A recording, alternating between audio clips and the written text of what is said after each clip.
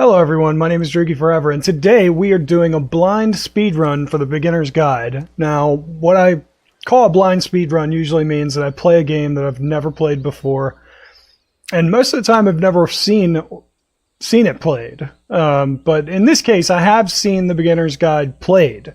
I have watched two different people play it. I have not seen the entire game, but I've seen the beginning and the end and some of the middle. One speedrun, one regular playthrough. So I really liked Stanley Parable, and I've heard the beginner's guide is a lot like it. So we're going to try to do a speedrun blind. So let's start. I did see where to begin and end the time at. So as soon as this white's over, I should be able to start my time. Audio's on, we're good. Okay, controls, good.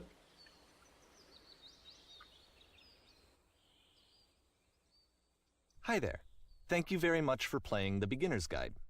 My name is Davey Reedon. I wrote The Stanley Parable, and while that game tells a pretty absurd story, today I'm going to tell you about a series of events that happened between 2008 and 2011. We're going to look at the games made by a friend of mine named Coda.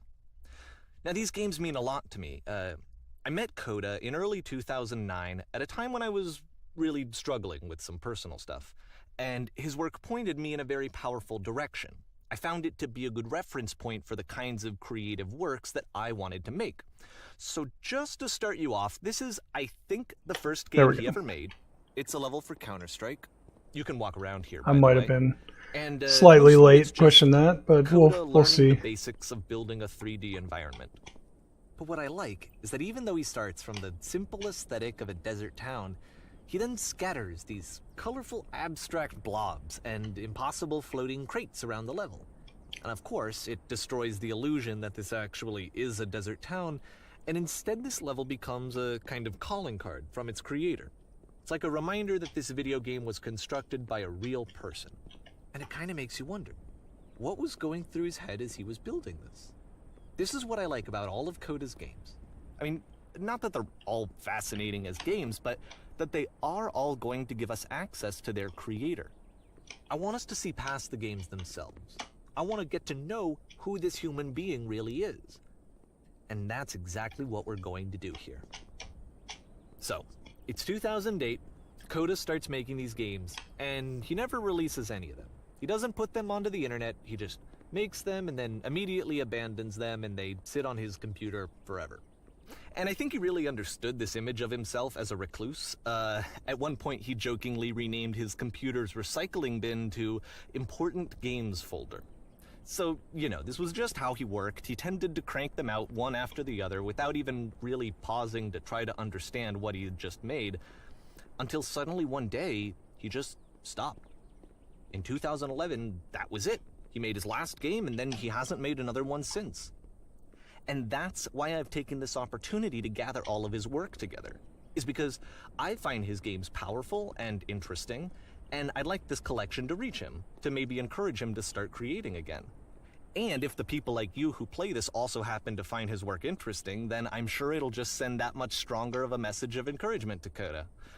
So thanks for joining me on this. If you have a particular interpretation that I haven't mentioned here, or if you just need to get in touch, you can email me at DAVEYWREDEN. That's his real email. Okay, that's about it for introduction. Why'd he give that? Let's take a look at Coda's first proper game. As each game is loading, I'll show you the date that it was completed. This first one was made in November 2008.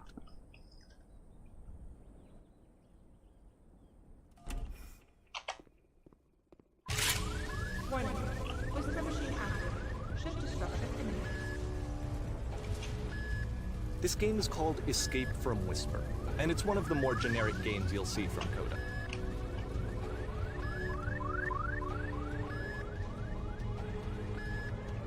Security call reached. Hostile alien life form inbound. It kinda looks like this game was abandoned mid-development. For instance, you have this gun, which you'd think would indicate that there are supposed to be monsters or enemies somewhere, but then clearly there are no enemies anywhere. You can't even reload the gun when you run out of bullets. But ultimately we don't really know. Maybe Coda thought that actually it was complete the way that it is. And I think that we should talk about his games for what they are, rather than for what they're not. Enemy forces. I love how you can see the bottom of the universe from this room. That's awesome. Oh, wrong direction. I'm being dumb. This is the maze. I don't remember how to get through this. Apparently this space station has a labyrinth on it. Sure, I don't know. There's really no reason for it that I've ever been able to discern, so in the interest of time, I'm just gonna skip you on past it. Okay, this is the part that's interesting. The game has this narrative about the whisper machine and how it has to be turned off, and then you get to the engine room. Hey, you there, in the engine room. You could save us all. That beam is powering the whisper machine. We could disrupt it by introducing a great enough heat signature. If your body could stop the beam. It's so much to ask, but for all of our lives, would you do it? Could you give yourself?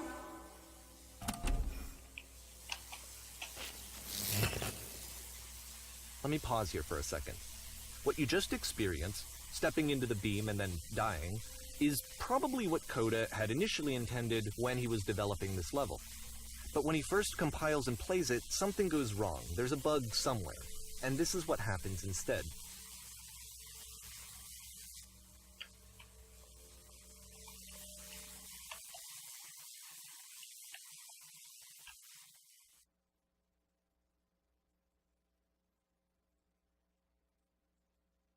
The beam causes you to start floating. And this is an important moment for him. Because yes, this is technically a glitch, but Coda identifies something human about it, like how small it makes you feel in the face of this larger chaotic system. Or this floating could be the afterlife, a peaceful place, juxtaposed against all of the hysteria that you've just had to traverse. I don't even know. I have no idea what he was thinking, but what's clear is that after making this, something lodges itself in his brain. He wants to do more of these really weird and experimental designs. So he stops work on this and moves on to a stream of tiny little games that go in all sorts of directions. Let's go ahead and take a look at the first game he made after leaving this one behind.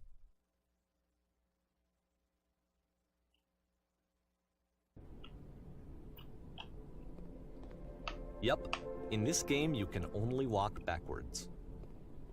Crap, I don't remember which direction I need to go. So it's a short and relatively minimalist experiment combining motion and narrative. It is less advanced than the previous game, but actually it seems to be more focused, more complete. Coda's trying to give it a unique voice rather than simply basing it on a pre-existing trope. It's a short little thought, it says what it wants to say, and then it ends. Didn't need anything more than that.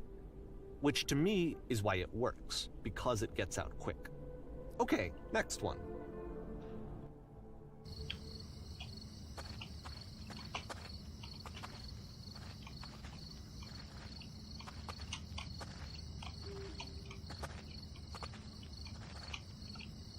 And that's it. Okay, the meaning of this game won't be clear just yet. Please be patient with me for a few more games, and I promise you'll see what makes it interesting.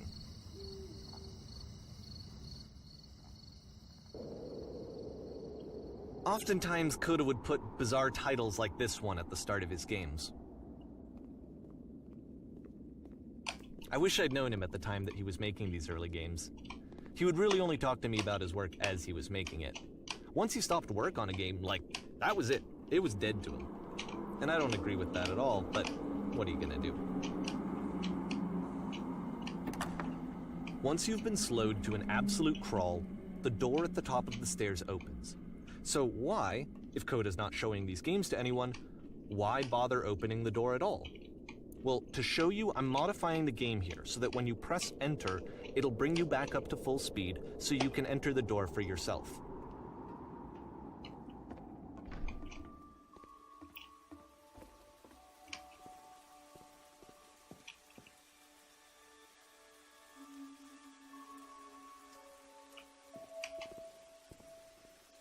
A room that's warm and nice and filled with little ideas for games.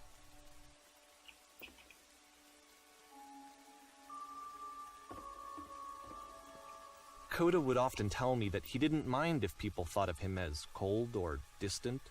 He said that he knew that he was actually a vibrant and compassionate person, but that it takes time to really see that.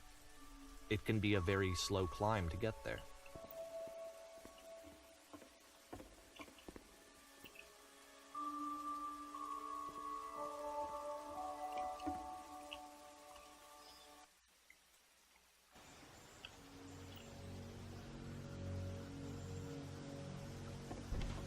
Oops.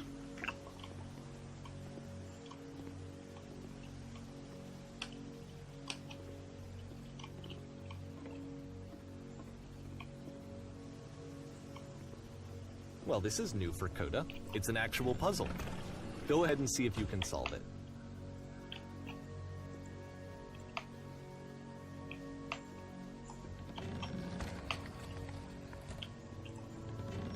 Don't forget that solution, because we're going to see this puzzle again soon. We're going to see it a lot.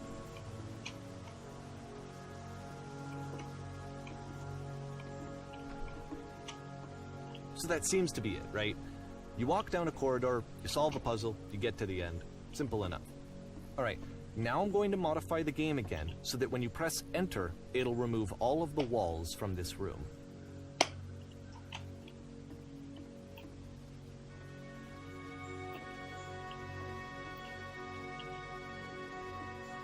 Wow. How about that? There was more to it than we had any way of knowing. I actually find it funny that this game comes after the Stairs game, since they essentially convey the opposite idea. So, in the Stairs game, a dull exterior concealed a rich interior. And then, in this level, a dull interior hides this fantastic outer world. Either way, I think that the point is the same, is that most of the time you don't get to know what you're missing, or even that you're missing anything. That's not your role as a player. So if your role here is not to understand, then what is it?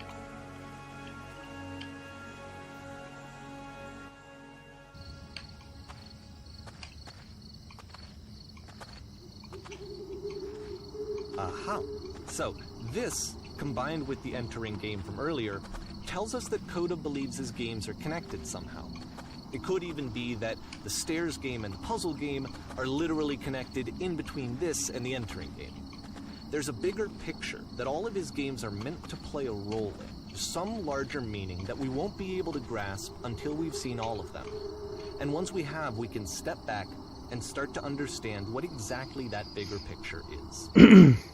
Sorry I'm not talking a lot, guys. There's a lot of narrative in this game, and I want to make sure, even though it's a speedrun, that you guys can get the narrative, you know. What I've seen of it has been fantastic. It's like Stanley Parable. I didn't want to talk a lot during that because it's good stuff. Let's talk about video game development for a second. Every video game runs on what's called an engine, which determines what the game can and cannot do. So in other words, the engine is a set of tools for game development.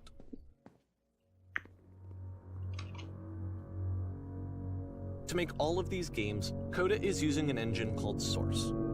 Like all engines, Source has certain things that it does well, and it has certain things that it does poorly.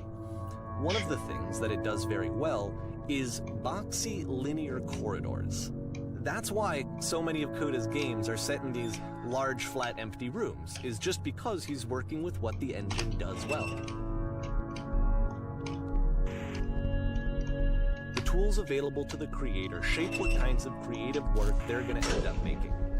You might consider paying attention to the architecture in Coda's games, to notice how they seem to stem from an engine that's very good at producing linear, boxy corridors. This prison, funny enough, in Coda's original design, the doors stayed shut for a full hour before letting you go. If you don't mind, I think we're gonna skip that. This is something that he and I used to argue about a lot. You know, whether a game ought to actually be playable, whether it means anything if no one can get through it. And I would always defend that, you know, all this work goes into the game, why not make it playable and accessible? And so we just got into heated arguments over it, and there was one time that after one of these conversations, he went home, and a day or two later, he sent me a zip file entitled Playable Games that was full of hundreds of individual games, each of which was just an empty box that you walked around in and nothing else. Believe me, I played every single one of those just to find out if there was like a gag hidden somewhere. There wasn't.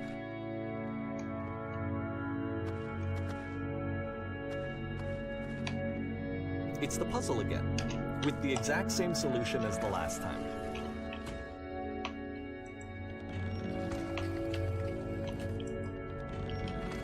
There's still no clear indication of what makes this puzzle so special that Coda is going to return to it over and over.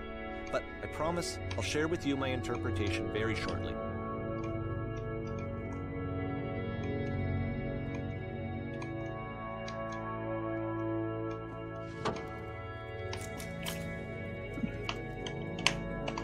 Here, Coda begins using a kind of dialogue system that he fashioned out of the engine's chat capabilities. Use the 1, 2, 3 buttons on your keyboard to respond.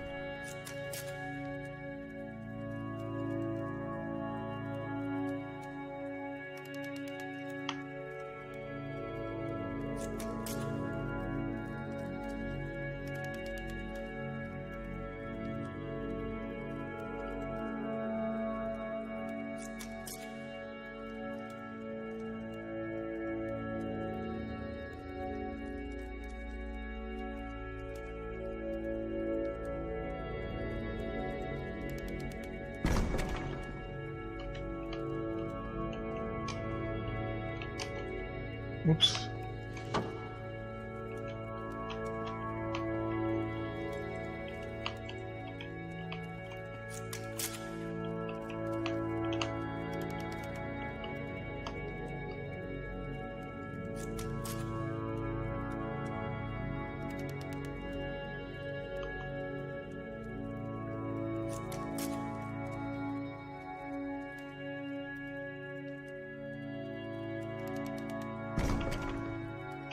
Go through.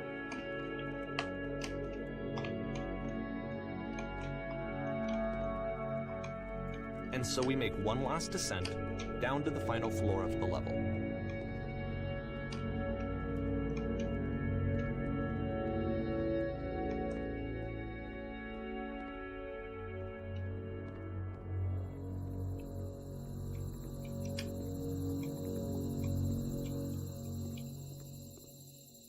It's a lamppost.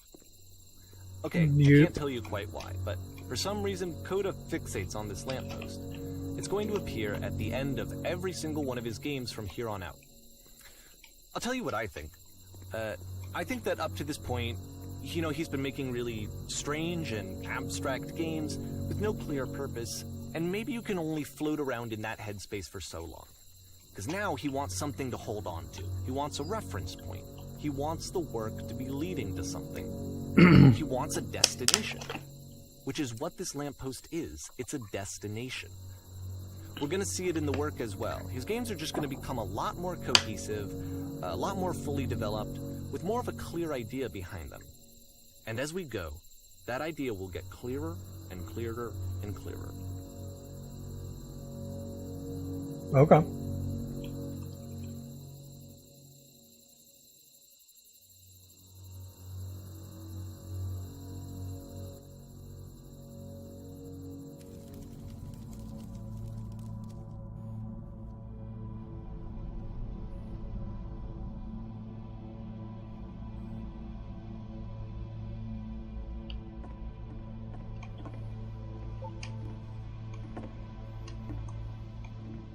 So first off, I'm sure you can deduce this, but this game is not connected to the internet. All of the notes that you're going to see have been written by Coda. This was actually the first game of his that I ever played. This was shortly after I met him at a weekend game jam in Sacramento, where I grew up. I saw him working on this very level, and it was just so different from anything that anyone else was doing. So right away I was like, I have to be friends with this person. In retrospect, I think I was probably a bit too pushy, trying to get his attention. I was over-enthusiastic. But he was very gracious about it and very patient with me. And I cooled off eventually.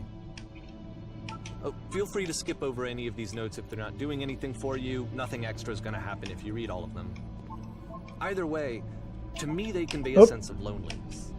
I see this person who's filled with thoughts and feelings and beliefs and has no way to express them except as scattered and unheard voices in a game that wasn't meant to be played.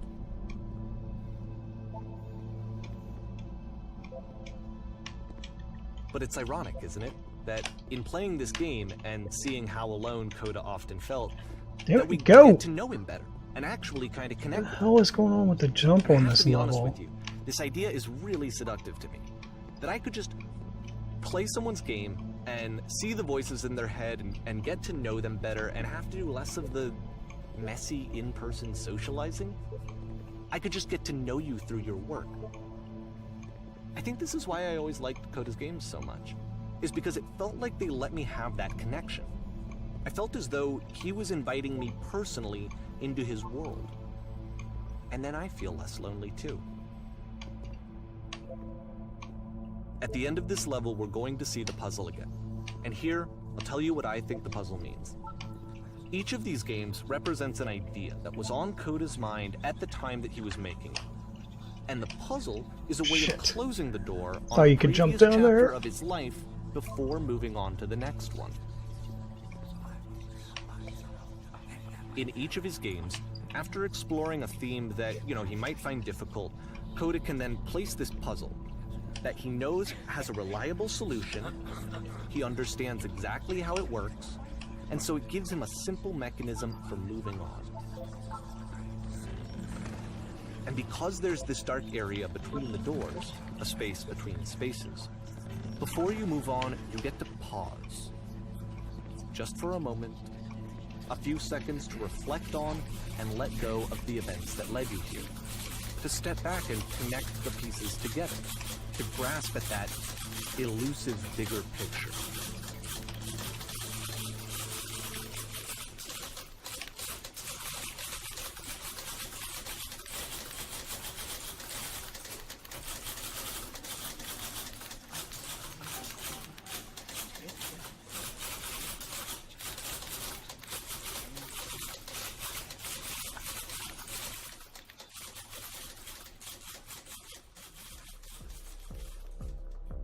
Okay, this one is tough.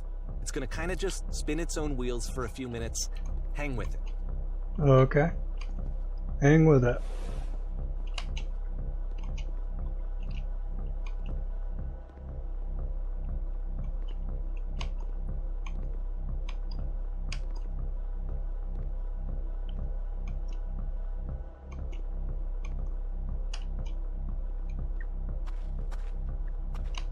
See, this is it. The whole game. And there's nothing that's particularly interesting about it. You just walk to the end of a hallway.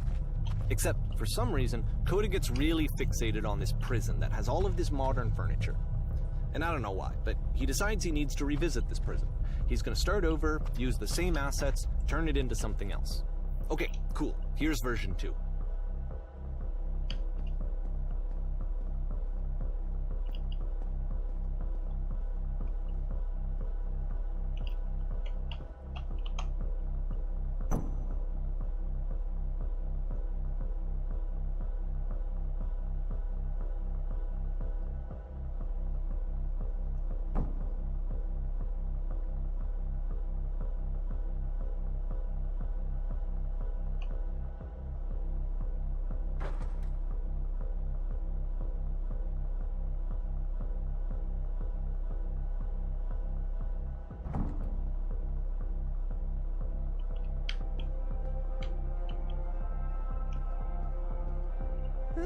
There's a bit more to this one, but still it's not really communicating anything. It's kind of just weird for weirdness' sake.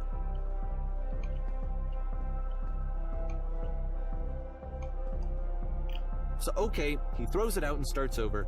This time he comes at the prison idea from a different direction.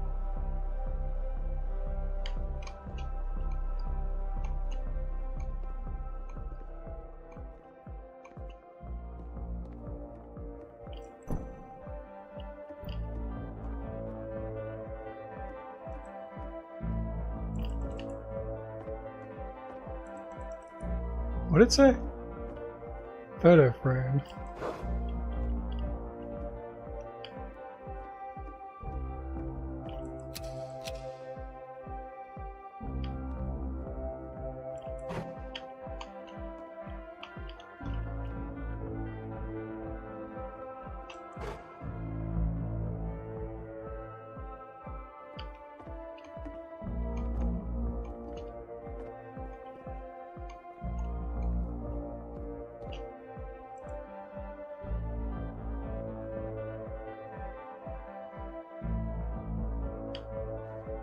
And of course, now the table is gone and you can't begin the chain of events to escape. Here's a version where there are no bars, but you can't actually get to the well. And then a version where the inside of the prison is the outside and the outside is the inside. Let me just blink you real quick through a few more of these. I mean, he really unloaded on this prison idea. There's nearly a dozen of them. Personally, I think it's awful to watch this, to see a person basically unraveling through their work. And for what? Like, at what point do you just go, maybe there are game ideas other than this prison that I could be working on? But Coda doesn't have that voice telling you to stop, that particular mechanism of defense against yourself. Without it, you just spiral. And so he keeps going and going and going and going and going, and then he hits on something. And he likes it. And that's it. He's done. He stops making prisons. This is the very last version of the prison game that he created, and the reason I think it works is that the prison is not actually in it.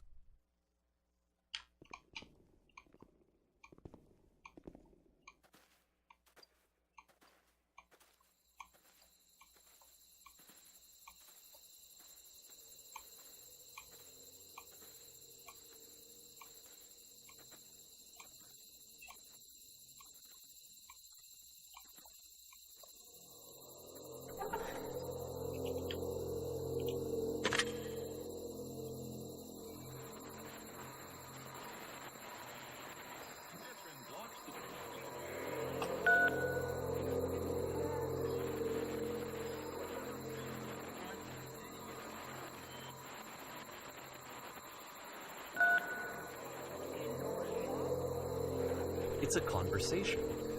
And so this is what Coda wants, is to be able to talk to someone, to share what's on his mind, and to get some good advice from someone who knows. But the irony is that even in this scenario, you're still talking to yourself. You know, all of these games so far are Coda talking to himself.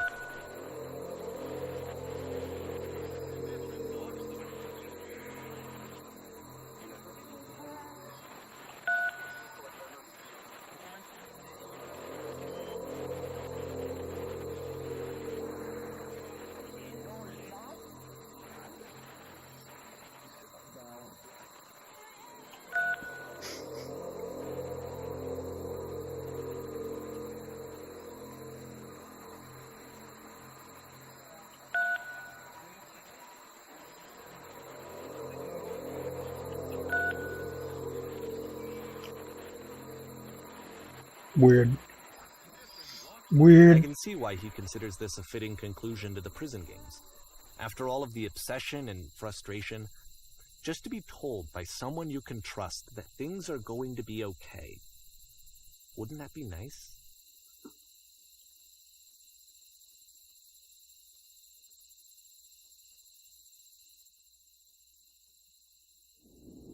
So what would it look like if Coda wanted to make a game about talking to someone other than himself?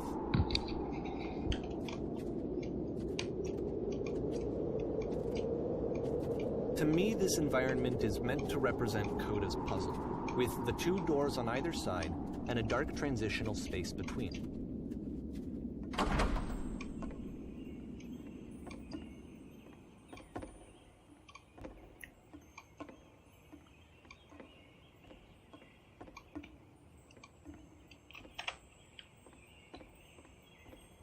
You'll notice that the quality of the art is a step up from previous games, including this new and improved chat system, which he started using from this point on. From here on out, he begins putting much more effort into the visual polish of his work, and this particular game took 2 months to create as a result.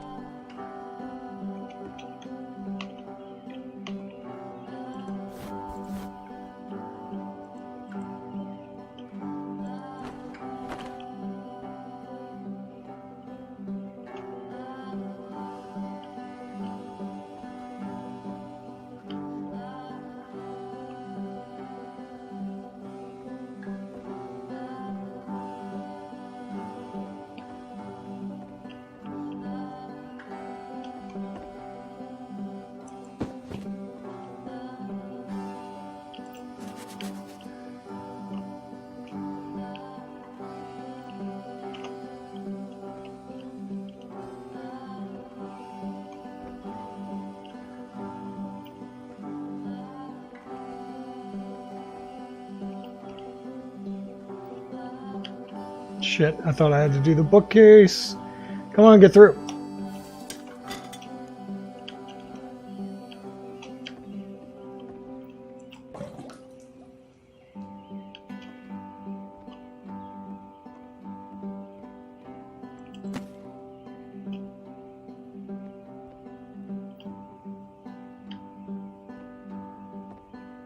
After the intense set of prison games, this house cleaning level almost feels like cleansing. It's the moment after a particularly difficult or traumatic experience where you just need to let it sit and digest inside of you, and eventually cohere into something meaningful.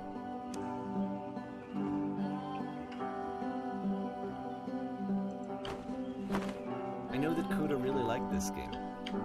Of all of his work, actually, this was the only one that he called me up to ask me to come over and look at it.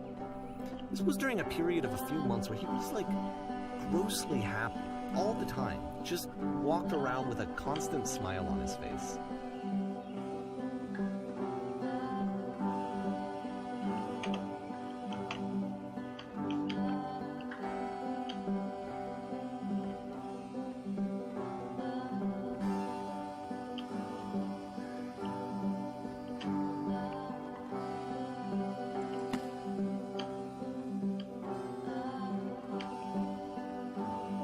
I'm glad he made this. I'm glad he found some peace.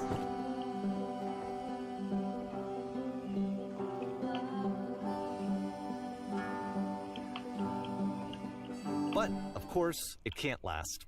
The music stops, your companion is gone, it's time to leave. The door at the top of the hill is now open as well. Again, you can't stay in the dark space for too long. You just can't. You have to keep moving. It's how you stay alive.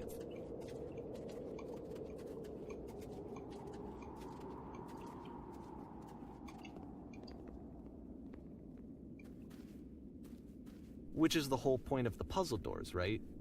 That sooner or later you have to pick up and move. I really thought that was the point of it.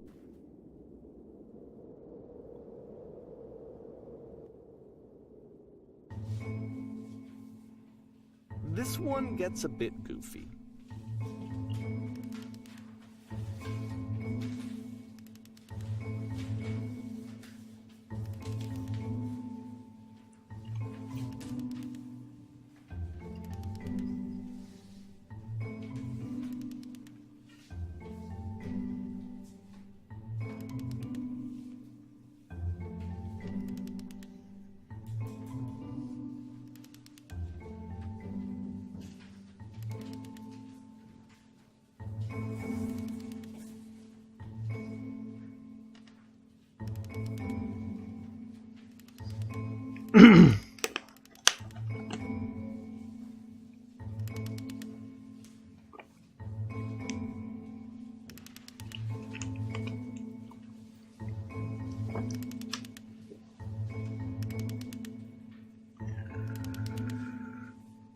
About halfway through the game, the perspective shifts. Weird.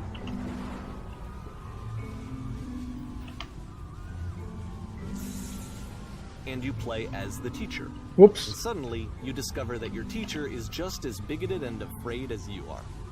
Oh, and also you can move around the classroom now. Oh, I didn't even notice. I fell pretty hard for this one. I feel like it's one of the most relatable experiences that you can have.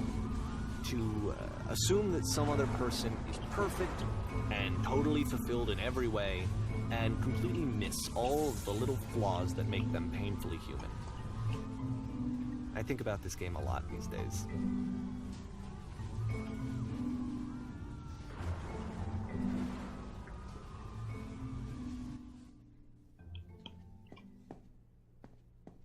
This one took a lot longer than all the others for Coda to make. It was 4 months between this and the last one. That's twice as long as it took him to make any other game before this, and it's not like it's particularly complex, so I remember I found that a little strange at the time.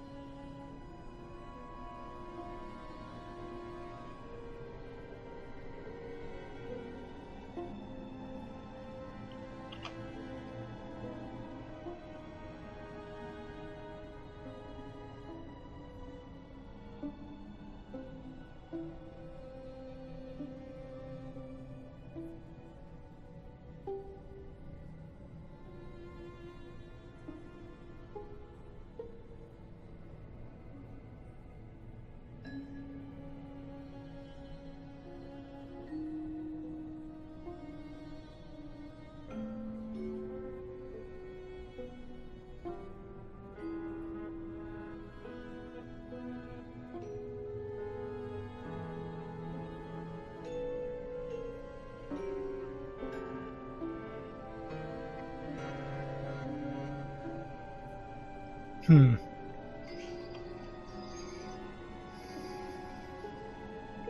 Jesus, okay, which one do you fucking want, man?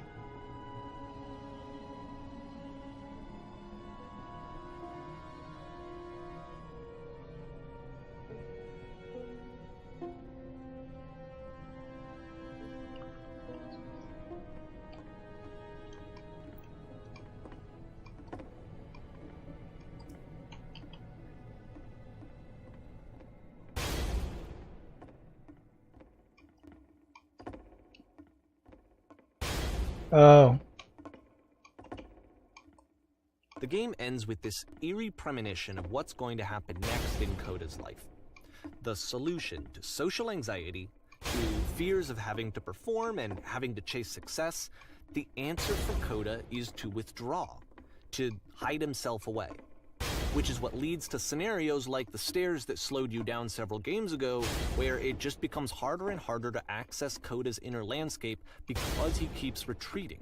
He just keeps backing away from possible connections to anyone other than himself. And to be honest, I didn't consider it very healthy when I first played this game.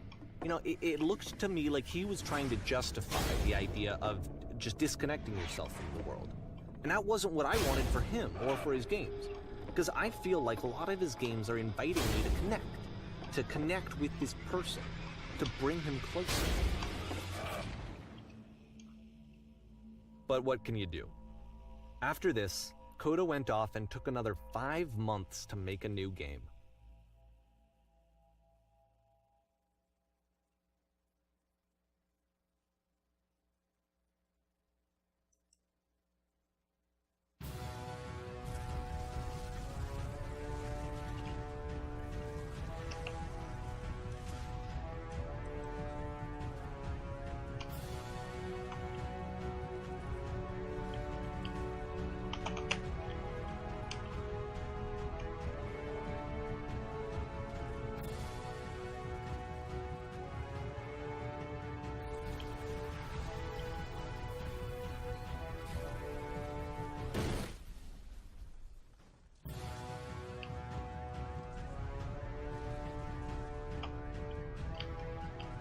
You should probably open your eyes if you haven't already. It's pretty much impossible to solve otherwise.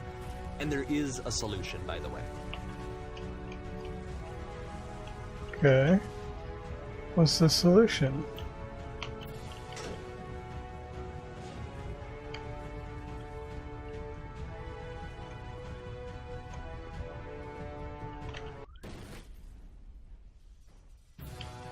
Fuck.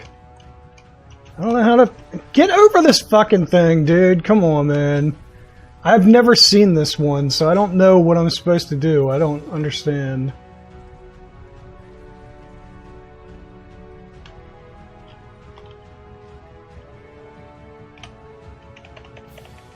Fuck. I imagine I was supposed to pick whatever. The work sucks or whatever. Shit. God damn it. I've never seen this stage before. Go in!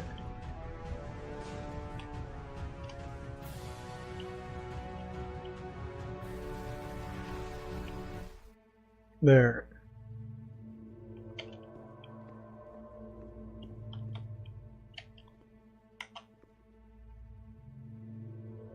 Like I said, I was getting concerned. First off, he's never been this explicit in his work about exactly what he's thinking. So where's that coming from? But then even weirder, his work has potentially stopped being an outlet for him. Not like he's having trouble iterating on ideas, but he literally just can't think of new ideas anymore. And in person, he was being a lot more distant than usual. Like, you know how sometimes a person will just deflect anything that you say in order to keep themselves disconnected all the time? It was that kind of thing. Here was the point in my relationship with Coda where I really started to wonder if he needed my help in some way. His games are going to get more desperate from here on out. After this game, it's almost 6 months before he finishes something new.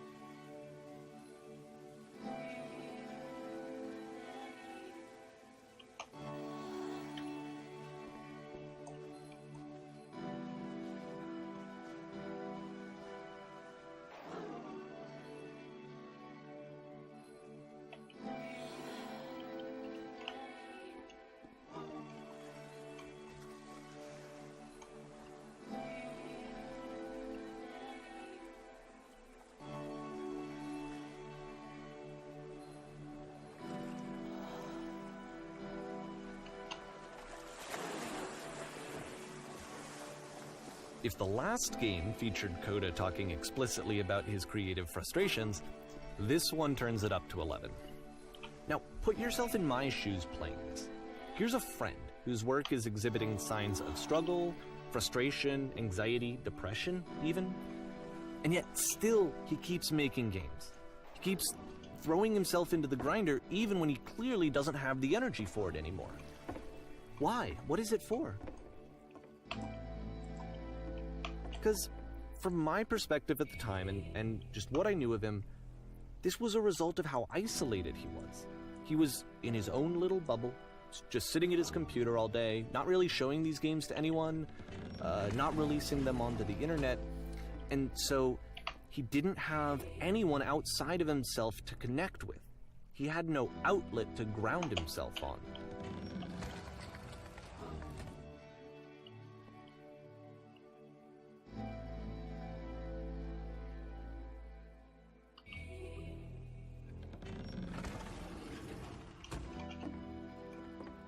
You can't talk yourself out of loneliness. It doesn't work that way. You can't be the one writing both the questions and the answers. Then there's no movement. Then there's no circulation. If all of your anxieties are being channeled into your work, then if the work ever fails, you have no backup and you're just going to crash.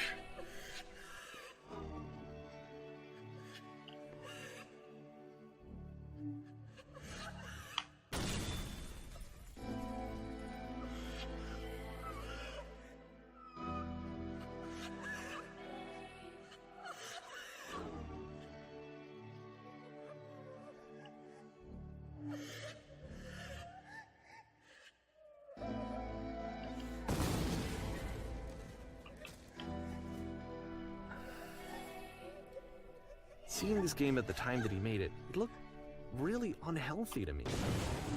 I was watching him do this to himself, and I hated it.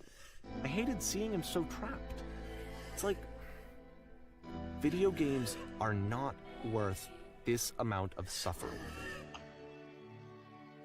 This is someone I really cared about, and I used to get so much joy out of seeing him create. For him to suddenly become angry and frustrated like this, it was the worst thing for me.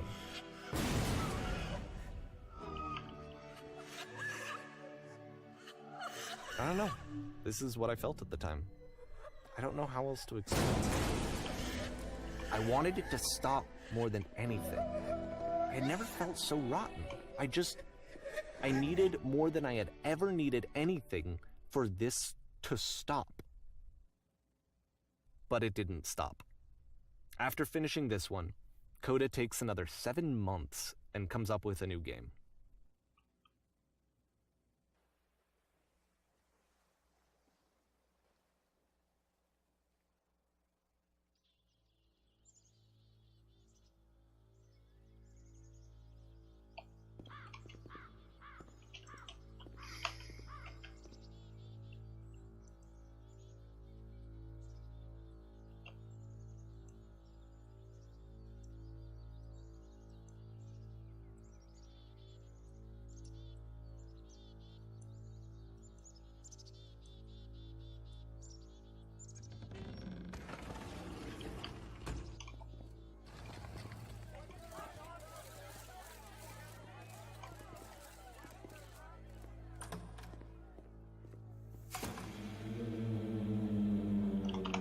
And of course, it's the machine.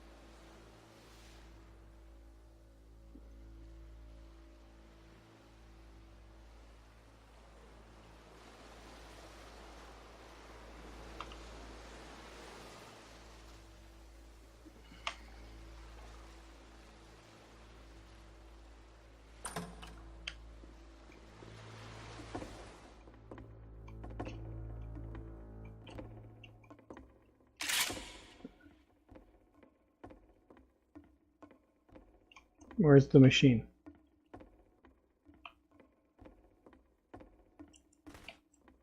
Oh. Nice.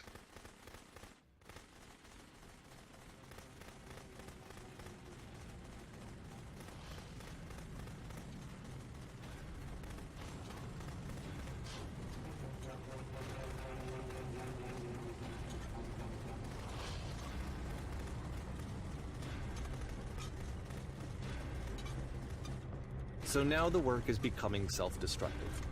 And I'll tell you, at the time that I first played this game, shortly after he made it, here's what I'm thinking to myself. I'm thinking that code is stuck in his own head, and that it's having a very negative effect on him, and that all he needs to do is just start showing his work to people, to get some actual feedback on his games. It might get him out of isolation. And so, as I'm thinking this, I realized that I could be the one to initiate it. Because it would never occur to Coda to start actively soliciting feedback, so what if I did it for it? If he could see the difference it would make to have more actual conversations with other human beings, would that bring him out of his mental spiral? Would it give him confidence in himself? Would it bring meaning back into his work?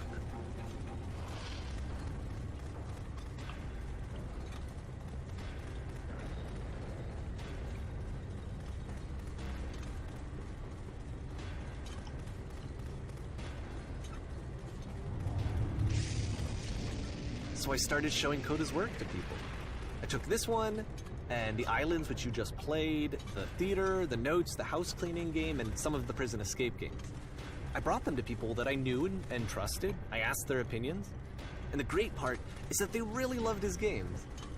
You know, the point of it all was just to give him some external reference point, but they genuinely loved his work. There was nothing for him to be afraid of.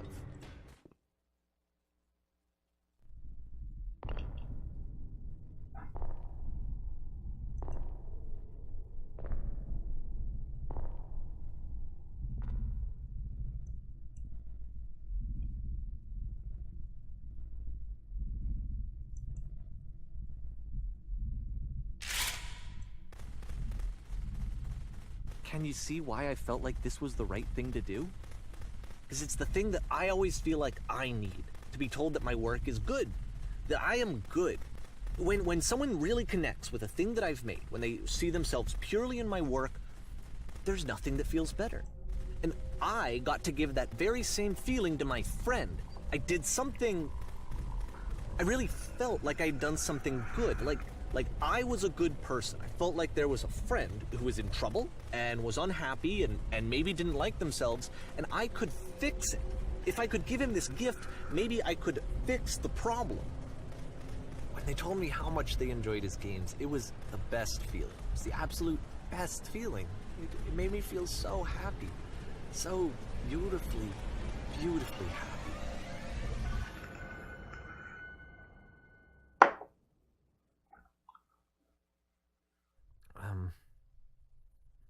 So anyway, Coda finishes this game, and then really he just kind of takes off for a while. So this is June of 2011, and I didn't hear anything from him for several weeks, I guess. And so out of nowhere, one day I get an email, and it's got a private link to a new game of Coda's. This one is called The Tower, and to my knowledge, it's the last game that Coda ever made. So let's take a look.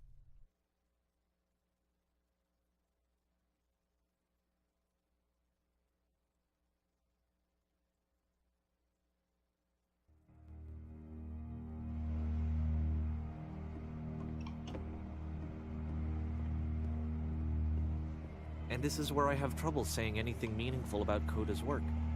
Because more than anything else, the tower just feels distant. It feels like it's trying to distance itself from the world. It's a very cold game.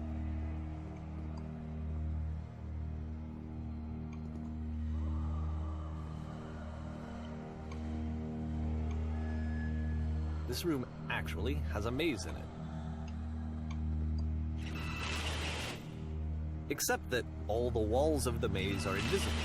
And then every time you touch one of the walls, there's this awful flashing and noise, so the experience is really miserable. The game goes beyond not being meant to be played, it actually seems to despise the player for trying to play it at all. But I do want to show you the rest of the levels, so when you're ready to continue, press enter and I'll put a bridge over the maze.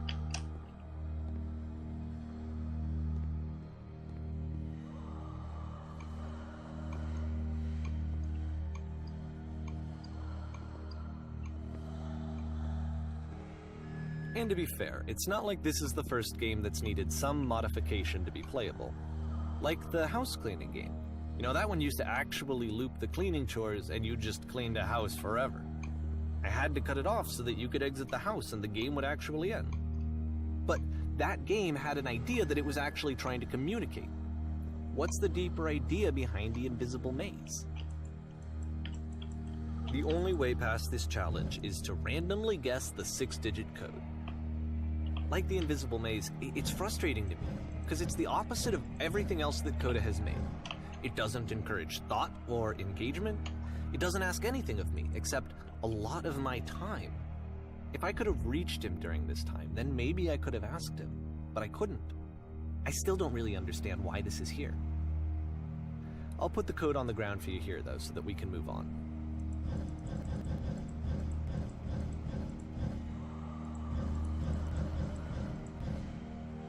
151617.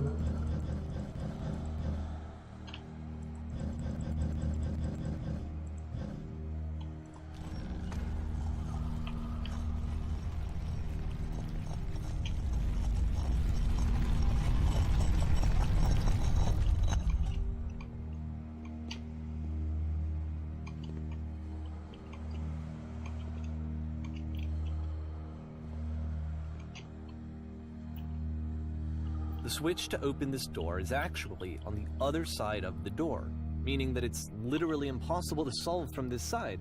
So even if you somehow brute forced your way through the first 2 challenges and you got to this point, there's actually just no way to progress. And it's scary for me, the idea of Coda cutting himself off entirely, just saying, you know, that's it, that's the end of the conversation, not giving me any way to fix the problem. I feel like a failure, I guess, when I can't fix the problem. But I can open this door for you, so let me do that. Was I a failure for not understanding this game? I mean, I don't know why I would be. It's not like everything needs to have a solution, but I feel it somehow. I feel like I failed, and I don't understand why.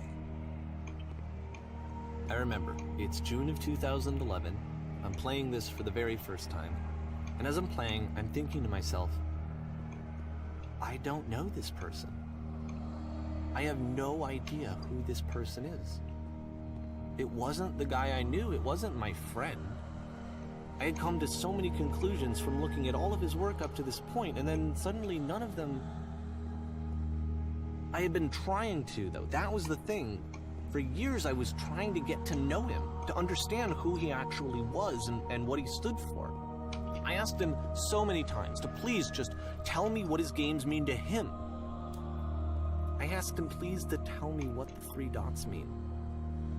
And he wouldn't. I just felt so strongly that if I could have connected with him, that if I could have somehow made his work my own, that I would finally be once and for all happy. It was that I needed to see myself in someone else. I needed to be someone other than me. But he stopped and left, and it felt somehow like I had failed.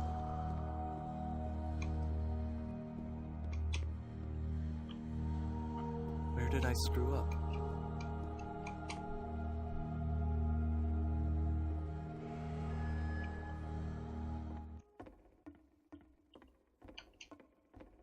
I'm the reason that you stopped making games, aren't I? It's because of what I did. I poisoned it for you. I don't think I ever told you this, but when I took your work and I was showing it to people, it actually felt... it felt as though I were responsible for something important and valuable. And the people who played them, they treated me like I was important. They really listened and cared about what I had to say. Even though I was showing your work, I felt good about myself. Finally. For a moment, while I had that, I liked myself. And then you stopped, and I didn't have anything left to show people. I just had to be with myself. And as soon as that happened, there was no feeling at all. Nothing. Less than nothing. What does that mean? I'm afraid that I did something really stupid because I don't like myself.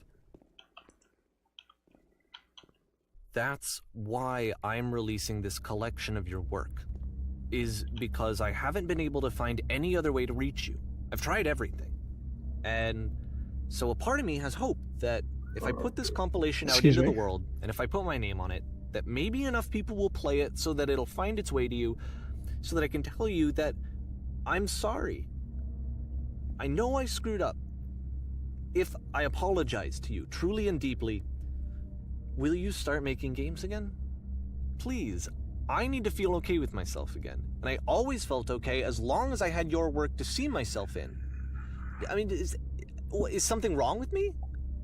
Because I know that I did an awful thing, and I'm doing it again right now. Like, I'm showing people your work, but I can't stop myself from doing it. That's how badly I need to feel something again, like I'm an addict.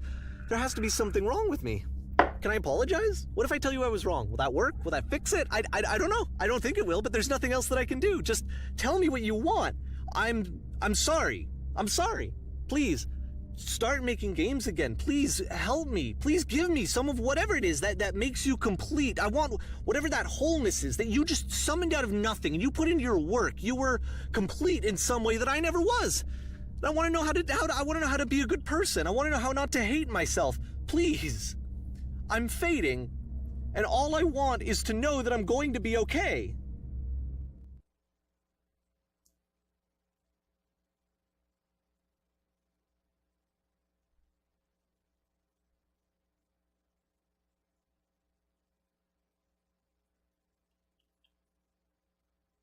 Epilogue.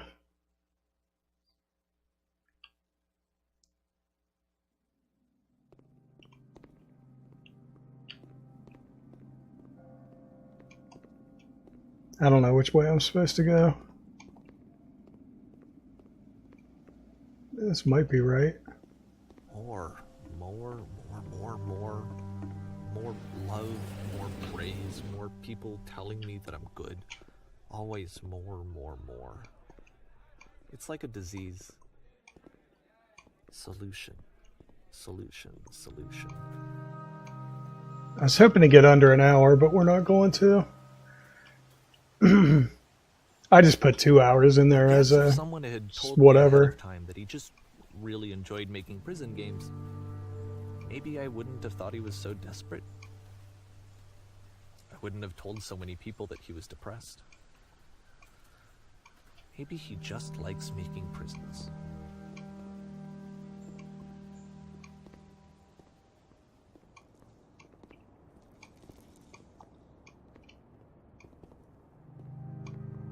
Even now, the disease is telling me to stop. Don't show people what a shitty person you are. They'll hate you.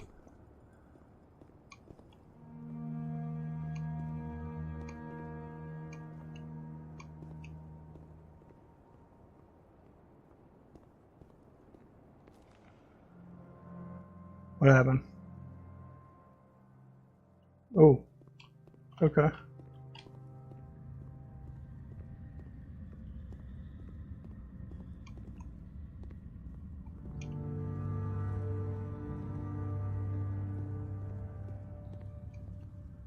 If I knew that my life depended on finding something to be driven by other than validation, what would that even be? It's strange, but the thought of not being driven by external validation is unthinkable. Like, I actually cannot conceive of what that would be like.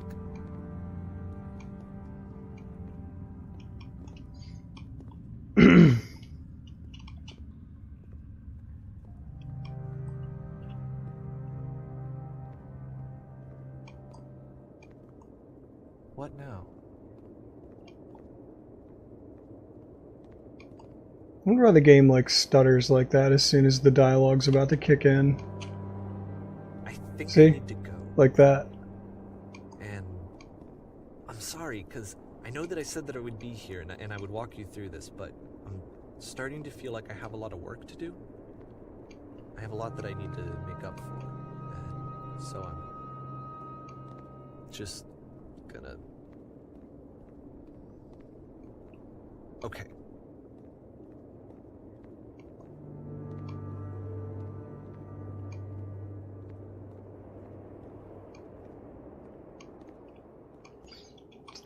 I know a lot of people think that Coda is real and that Davey actually put his games out there, but I actually think that this is just invented by Davey. I think he makes really weird stuff. Maybe some of this stuff was ideas that he had for games. Maybe he was depressed, you know, but I think it's more about Davey than it is about anybody else. Stuck in a prison. Stuck in a prison.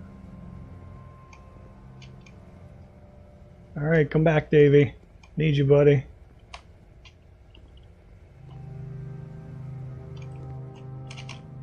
Come on.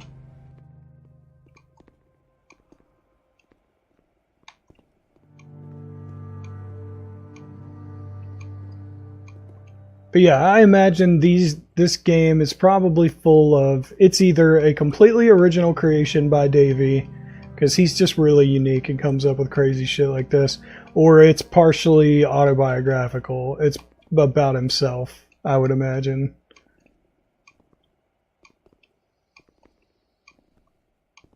Alright, we're going to stop time when we hit that beam at the end of this hallway. And again, sorry I've been so quiet through this whole playthrough. I usually talk a good bit more. This is one of the few games where I've just been like completely silent, and that's mainly because it's a narrative that really I shouldn't be interrupting. You know, it's really good. If I do future speedruns, I might talk a little bit more throughout it, but this is the kind of thing you really want to listen to. Oh, did it not? Okay. I might have to change that to be 105.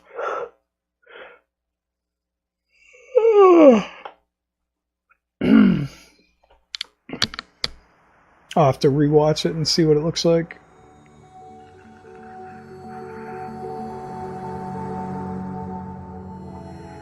This will actually put me last on the leaderboard, because anything over like 1 hour and 53 seconds I think is last on the leaderboard, but I don't care. I mean, when I first started playing Silent Hill 2, I was over an hour, and I came in at like just under last on the leaderboard, I think, when I first entered the leaderboard, and that was for New Game Normal, I think, and I was like 20 something on the leaderboard, and I ended up, I'm like 5th now, I think, or something.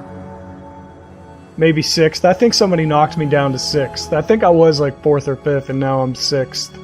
I think at least one person has knocked me down a spot. I need to do New Game Normal again, because I never used the faster speedrun strat for that. I always used the easy out of bounds glitch, never the hard one, and once I learned it, I never did normal again after that. Yeah, so there it says 4R. So, which is why people are trying to figure out who Coda is, and they think his name starts with R. So there's all these like guesses on the internet about who it is. I think that's just to throw us off and just to make you think it's about somebody. I think the game is actually about Davey. That's my personal take on it, but it could be about someone else. Alright, let's see if we can skip these. Nope.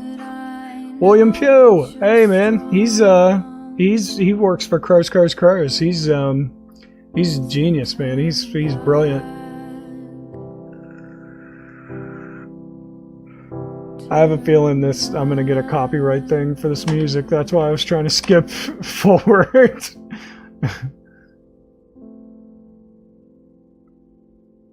Or at least bring the menu up to turn the audio off, but it's fine. Alright guys, that is it for our speed run. I will see if I need to retime it, but I'm gonna assume 104 is probably correct.